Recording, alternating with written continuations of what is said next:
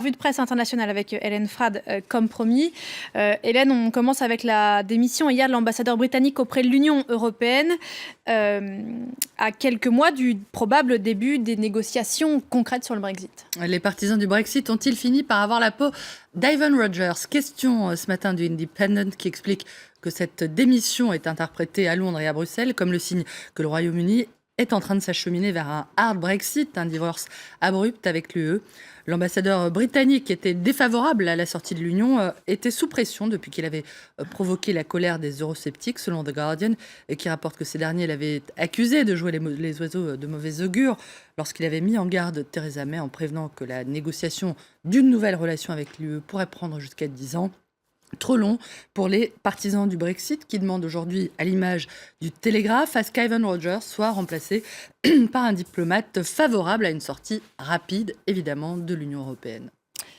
Direction à présent le Brésil, où cette mutinerie, on en parlait dans le journal, dans une prison de Manaus, dans le nord du pays, a fait 56 morts. C'était dans la nuit de dimanche à lundi. Cette rébellion a donné lieu à un bain de sang présenté par les autorités brésiliennes comme le plus grand massacre commis dans une prison en Amazonie.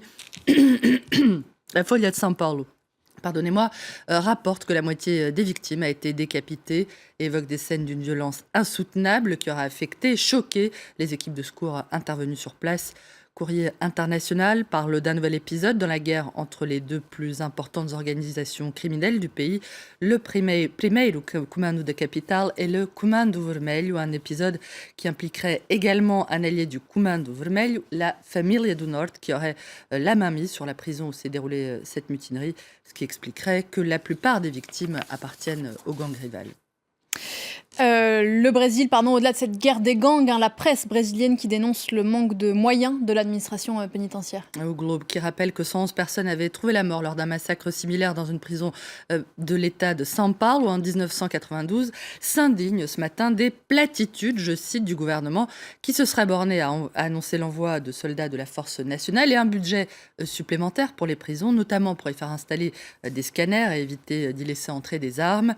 Il faut, plaide le journal, un plan d'ampleur qui coordonne les efforts, créer un service de renseignement au sein des prisons, changer la loi pour que seuls s'y retrouvent ceux qui ont commis des crimes graves et non les individus appréhendés avec de petites quantités de drogue et surtout accomplir l'énorme travail qui aurait dû être fait pour résoudre ce qui est devenu maintenant une urgence nationale, je cite.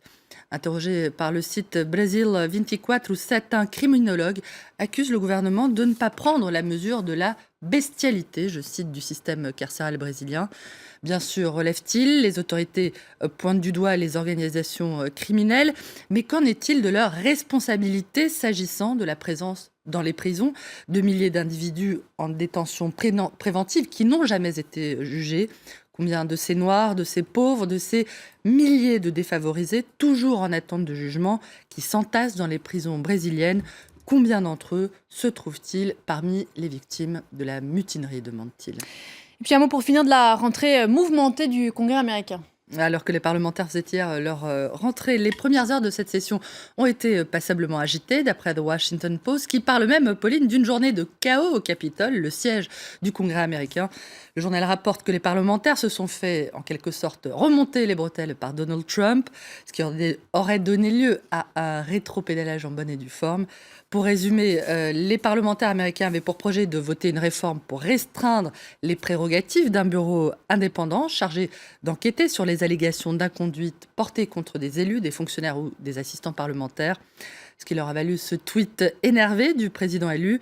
Avec tout le travail qui attend le Congrès, les parlementaires ont-ils vraiment besoin de faire de l'affaiblissement de cet organisme, aussi injuste soit-il? Je le cite, leur première initiative et priorité. La Chambre des représentants tente de s'en prendre à l'éthique et se tire une balle dans le pied, ironise The New York Times, évidemment aux premières loges pour assister au spectacle des divisions républicaines. Merci beaucoup, Hélène.